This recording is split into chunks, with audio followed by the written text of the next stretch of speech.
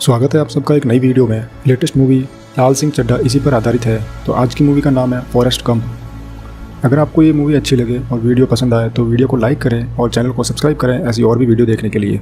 कहानी की शुरुआत होती है एक बस स्टॉप से, जहाँ बस का वेट करते हुए एक आदमी बैठा होता है जिसका नाम है फॉरेस्ट गंप।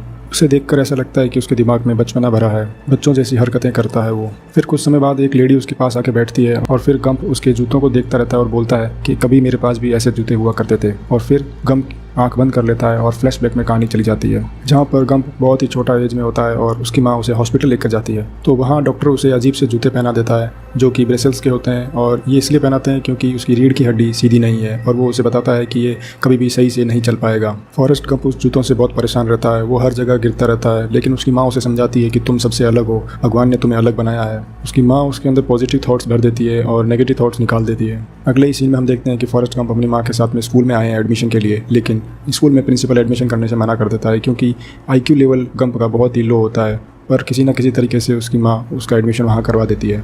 फर्स्ट टाइम जब गंप स्कूल जाते हैं तो वो बस में चढ़ने के लिए जाते हैं, और बस में चढ़ते ही कोई भी साथ उसका नहीं देता, सभी बच्चे उसे अपनी सीट पर नहीं बैठने देते। पर एक लड़की जो कि वहाँ बैठी होती है जिसका नाम जेनी होता है, वो उसे जगह देती है और फिर वहीं से उन दोनों की दोस्ती हो जाती है। फॉरेस्ट गंप के पिताजी नहीं होते तो उसकी मदर उनके घर पे कुछ गेस्ट को किराए पर रखती है। तो एक दिन उनके वहाँ एक किराए के लिए एक सिंगर आते हैं जो कि बहुत बड़े सिंगर हैं। फिर उस दिन एल्विस जो कि वो सिंगर है वो बहुत ही अच्छा गिटार बजाते हैं, और फिर वहाँ पे गंप आ जाता है और वो दोनों आपस में म्यूजिक को एंजॉय कर रहे होते हैं, और गंप अजीब तरीके से डांस करने लगता है जो कि बाकी लोगों को हंसी का पात्र बनता है, लेकिन एल्विस को बहुत ही अच्छा लगता है। फिर अगले ही सीन में हम देखते हैं कि गंप और उसकी माँ मार्केट जा रहे होते हैं, और मार्केट जाते वो एक टीवी में ऐड देखते हैं जहाँ पे एल्विस एक सॉन्ग परफॉर्म कर रहा होता है, जिसमें वो वही स्टेप फॉलो करता है जो कि गंप उस दिन उसके घर पे कर रहा होता है। उसे देखकर वो दोनों आश्चर्य रह जाते हैं, पर उन्हें कुछ समझ में नहीं आता, लेकिन उस डांस मूव्स के कारण एल्विस बहुत फेमस हो जाता है। फिर अगले ही सीन में हम देखते हैं कि गंप और उसकी फ्रेंड जेनी एक पार्क में बैठे होते हैं, लेकिन वहाँ पे उसके क्लासमेट्स कुछ दोस्त आ जाते हैं जो कि उन्हें परेशान करते हैं और पत्थर मारने लगते हैं, जिसकी वजह से गंप गिर जाता है। फिर जेनी उसे उठाती है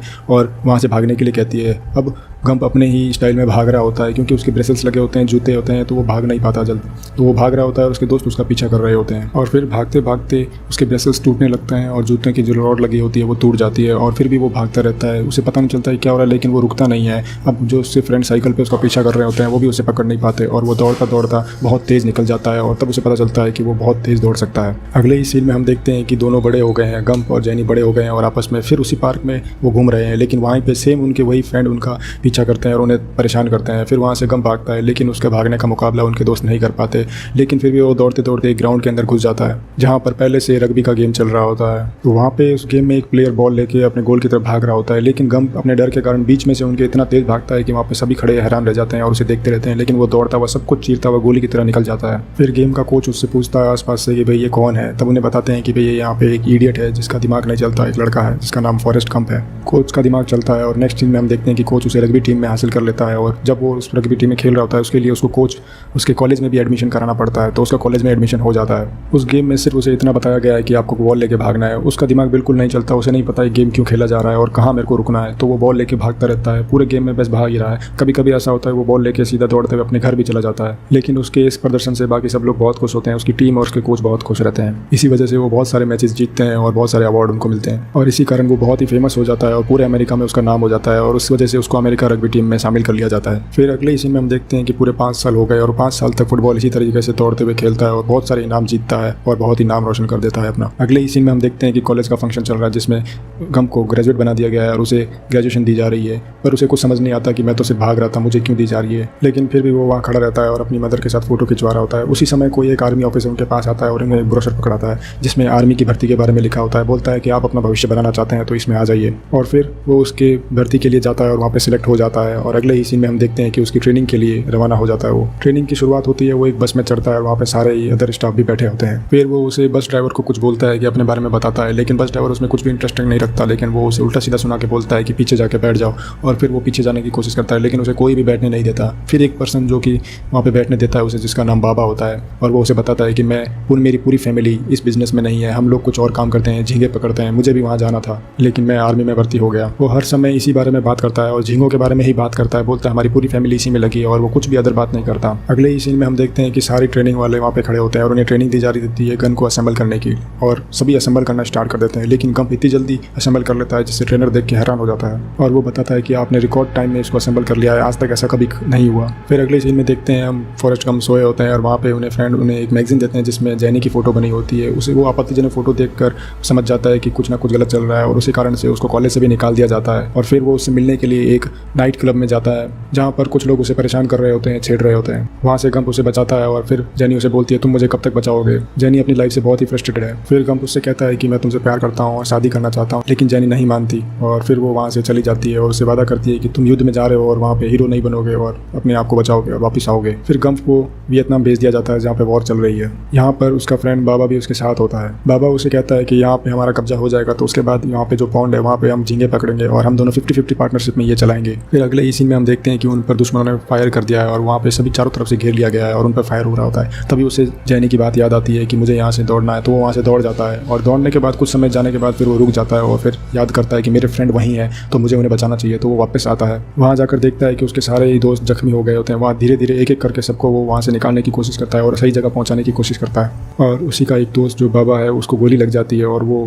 बच नहीं पाता और उसकी मृत्यु हो जाती है। फिर अगले ही सीन में हम देखते हैं कि गंप हॉस्पिटल में है और उसके भी बैक पे गोली लगी है। वो आइसक्रीम एंजॉय कर रहा होता है, उसे कुछ नहीं पता कि मुझे गोली लगी है। और वो अपने पास में सोए लेफ्टिनेंट जिसकी जान उसने बचाई थी उसे ऑफर करता है, लेकिन वो नाराज़ हो जाता है उससे और आइसक्रीम नहीं खाता क्योंकि उसकी दोनों टांगें कट चुकी है। वो चाहता था कि मैं खत्म हो जाऊँ, लेकिन वो जीवित है, उसकी टांगें नहीं है, इसलिए वो उससे परेशान है। फिर अगले ही सीन में हम देखते हैं कि फॉरेस्ट गंप बैठा होता है और कुछ प्लेयर्स वहाँ पे गेम खेल रहे होते हैं जो कि माही के मरीज होते हैं जिनका पाँव या हाथ में लगी होती है। लेकिन उन्हें देखकर वो वहाँ आता है और वो ऑफर करते हैं कि आप भी गेम खेलिए। वो गेम टेबल टेनिस होता है। फिर वो भी खेलने लगता है। वो प्लेयर उसे बताते हैं कि बॉल से नज़र नहीं हटनी चाहिए। फिर फॉरेस्ट गंप उसके पीछे पड़ जाता है और उस गेम को दिन रात खेलना शुरू कर देता है। और फिर 2-4 दिन बाद में सारे ही वहाँ पे उसके जो साथी है वो उसे देखने आ जाते हैं और जब वो प्रैक्टिस करता है तो सब लोग देख रहे होते हैं। फिर अगले ही सीन में हम देखते हैं कि फॉरेस्ट गंप को मेडल दिया जा रहा है क्योंकि उसने वॉर में बहुत ही अच्छा काम किया था। और फिर वहीं पर वो जैनी से मिलता है और बहुत ही खुश होता है। लेकिन जैनी अब बदल गई है, वो ड्रग्स का साथ लेने लग गई है और नशे करने लग गई है और ऐसे लोगों के साथ रहती है जो वॉर के दूसरी तरफ में है, यानी कि अपोजिट पार्टी में। तो उसके लिए उसको भी उस पर शक किया जाता है और फिर वहाँ पे उसके साथी आ जाते हैं। फिर जैनी का साथी जो उसे थप्पड़ मार देता है और फिर इसे देखकर गंप को गुस्सा आ जाता है और वो फिर उसे बहुत ही बुरी तरीके से मारता है। उसके बाद अगले ही सीन में हम देखते हैं कि जैनी और गंप वहाँ से निकल जाते हैं और पूरी रात अपने एक साथ में वॉक करते हैं और बातचीत करते रहते हैं। अगली सुबह वो आदमी फिर वापस आ जाता है जिसे गंप ने मारा होता है, लेकिन जैनी फिर उसके साथ चली जाती है और गंप नहीं चाहता कि वो उसके साथ जाए और फिर वापस से दोनों एक दूसरे से अलग हो जाते हैं। फिर अगले ही सीन में हम देखते हैं कि गंप बहुत अच्छा प्लेयर बन गया है टेबल टेनिस का और वो इतना अच्छा खेलता है कि नेशनल टीम में सेलेक्ट हो जाता है और वो चाइना खेलने जाता है और बहुत अच्छे मेडल जीतता है। अब वो एक सेलिब्रिटी बन गया है। फिर अगले ही सीन में हम देखते हैं कि गंप को वही लेफ्टिनेंट वापस मिलता है जिसके पाँव कट गए थे और वो लेफ्टिनेंट उससे बहुत नाराज़ होता है। वो उसे कहता है तुम एक मनबुद्धि हो और तुम्हें मेडल नहीं मिलना चाहिए। तब फिर वो दोनों आपस में एक रूम में जाके बैठते हैं और बात करते हैं और फिर वहाँ पे गंप उसे कहता है कि मैं एक टाइम पर रिटायर होने के बाद मैं शिप जरूर खरीदूंगा, जो कि बाबा का सपना था, तो मैं वो खरीदूंगा और उसमें कैप्टन बनूंगा। ये देखकर लेफ्टिनेंट बहुत हंसता है और उसे कहता है कि अगर तुमने ऐसा कर लिया तो मैं तुम्हारा साथ जरूर दूंगा, क्योंकि लेफ्टिनेंट को विश्वास ही नहीं था कि वो ऐसा कर पाएगा। फिर अगले ही सीन में हम देखते हैं कि फॉरेस्ट गंप को आर्मी से रिटायर कर दिया जाता है और फिर वो ऑफिसर से पूछता है कि अब मैं टेबल टेनिस नहीं खेल सकता, तो उसे कहते हैं कि आर्मी में तो नहीं।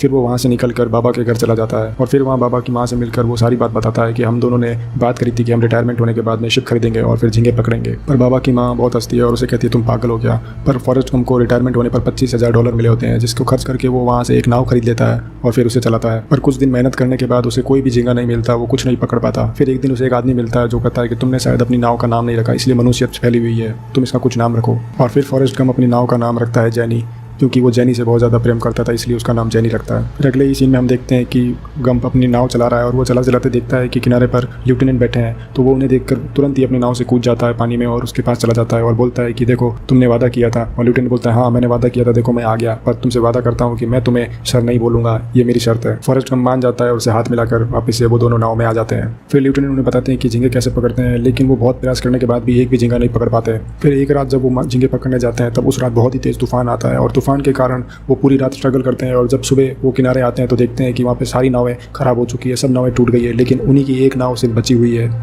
और फिर कोई भी नाव नहीं बचती झींगे पकड़ने के लिए, तो सिर्फ एक ही नाव होती है जो गम की होती है। तो वो झींगे पकड़ने जाते हैं और उन्हें बहुत सारे झींगे मिलते हैं और अब वो बहुत ही अमीर हो जाते हैं, उन्हें बहुत ही ज़्यादा पैसा मिलता है। और फिर धीरे धीरे ये लोग अपनी कंपनी बढ़ा देते हैं और ये बहुत ही बड़ी बड़ी कंपनी बना देते हैं, जिनके पास इतना पैसा आ जाता है कि अमेरिका में फेमस हो जाते हैं और ये अपनी कंपनी का नाम रखते हैं बाबा गम।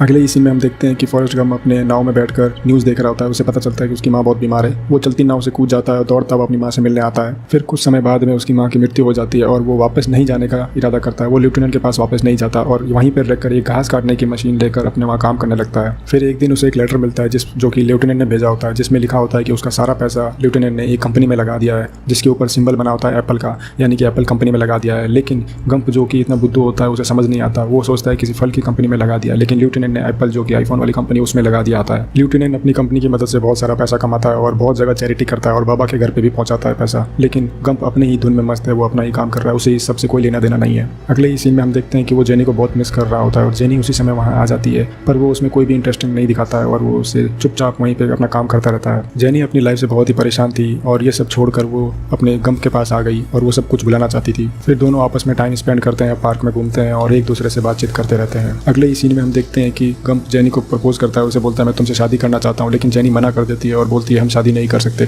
फिर वो आपस में बातचीत करते हैं और अगली सुबह हो जाती है। सुबह होते ही गंप देखता है कि जेनी वहाँ से चली गई है। वो बहुत ही नाराज़ होता है और उसे जाता हुआ देखकर वो उसके पीछे भागने लगता है और फिर भागता रहता है। कई दिन कई महीने बीत जाते हैं और वो भागता ही रहता है। फिर वो भागते भागते बहुत ही फेमस हो जाता है, मीडिया उसे कवर करने लगती है। एक्चुअली गंप कोई मोटिव लेके नहीं भाग रहा है, लेकिन वो तो सिर्फ मन कर रहा है इसलिए भाग रहा है और सब उसका फॉलो करते हैं और वो भी भागने लगते हैं। सबको ये लगता है कि वो किसी मोटिव के कारण भाग रहा है, लेकिन उसका कोई मोटिव नहीं होता, उसका मन कर रहा होता है इसलिए भाग रहा है, क्योंकि वो मन से बुद्धू होता है, मन से भोला होता है। और अब गंप को 3 साल हो गए हैं भागते हुए और फिर अगले ही सीन में हम देखते हैं कि गंप बिल्कुल धीरे होकर रुक गया है। तो सब लोग यही चाहते हैं कि पता करें वो किस लिए कुछ बोले इस बारे में, लेकिन वो सिर्फ इतना बोलता है कि मैं थक गया हूँ और मैं घर जाना चाहता हूँ। फिर अगले ही सीन में हम देखते हैं कि वो घर आ गया है और घर आकर नाश्ता कर रहा होता है। तभी उसे एक लेटर मिलता है जिसमें जेनी का एड्रेस होता है और वो कहती है मुझे तुमसे मिलना है। अब कहानी वापस से फ्रंट में आ जाती है और वही सबसे पहला सीन जिसमें वो बस का वेट कर रहा होता है और एक लड़की के शूज़ देख के आंख बंद करके कहानी सोचता है, वहीं पे वो वापस से आ जाता है और वहाँ पे एक लेडी बैठी होती है, उसे वो एड्रेस दिखाता है और बोलता है मुझे यहाँ पे जाना है। तब वो लेडी बोलती है ये एड्रेस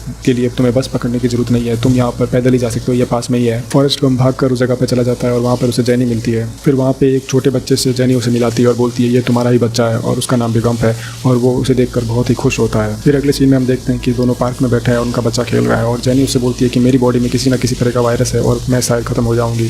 तो गंप उसे बोलता है तुम मेरे साथ चलो घर पर और मैं तुम्हारी सेवा करूँगा। फिर जेनी बोलती है कि क्या तुम मेरे से शादी करोगी, तो गंप उसी समय हाँ कर देता है और फिर अगले सीन में हम देखते हैं उनकी शादी हो रही होती है। शादी में उनके पुराने दोस्त लेफ्टिनेंट भी आते हैं जिन्होंने भी शादी कर लिया और एक नकली पाँव लगा कर आता है क्योंकि वो बहुत अमीर हो गए हैं। शादी के कुछ समय बाद जेनी की मृत्यु हो जाती है, लेकिन अब उनके पास उनका बेटा है जिसके साथ वो खेलता है। अब गंप की ज़िंदगी पूरी उसके बच्चे के इर्द गिर्द घूमती है, वो उसे कहानियाँ सुनाता है, उसके साथ गेम खेलता है, पर वो जेनी को भी बहुत याद करता है। फिर अगले ही सीन में हम देखते हैं कि उसका बेटा बड़ा हो गया है और वो भी स्कूल उसी तरीके से जा रहा है जिस तरीके से वो स्टार्टिंग में बस में जाया करता था। पर फॉरेस्ट गंप का बेटा बहुत ही ज़्यादा इंटेलिजेंट होता है। फॉरेस्ट गंप बहुत ही बेवकूफ़ इंसान था, दुनिया सभी ऐसा ही मानती थी, लेकिन उसके स्टेप्स फॉलो करके एल्विस भी बहुत ही फेमस हुआ था। उसके बाद वो रग्बी टीम में बहुत बड़ा प्लेयर बना और अपने देश को रिप्रेजेंट किया। उसके बाद उसे सेना में मेडल मिला, उसमें अपना बहुत अच्छा नाम किया और साथ ही टेबल टेनिस में बहुत ही अच्छा प्लेयर बना और उसमें भी उसने अपना नाम रोशन किया। वहाँ से रिटायर होने के बाद उसने झींगों का काम किया और झींगे के काम में भी उसने बहुत ही सारा पैसा कमाया, वहाँ पे भी वो सफल हुआ और एप्पल कंपनी में भी उसका शेयर थे, उसमें पैसे लगाए और बाद में जब रनिंग कर रहा था वहाँ भी वो बहुत फेमस हुआ और लोगों ने उसकी वाहवाही की।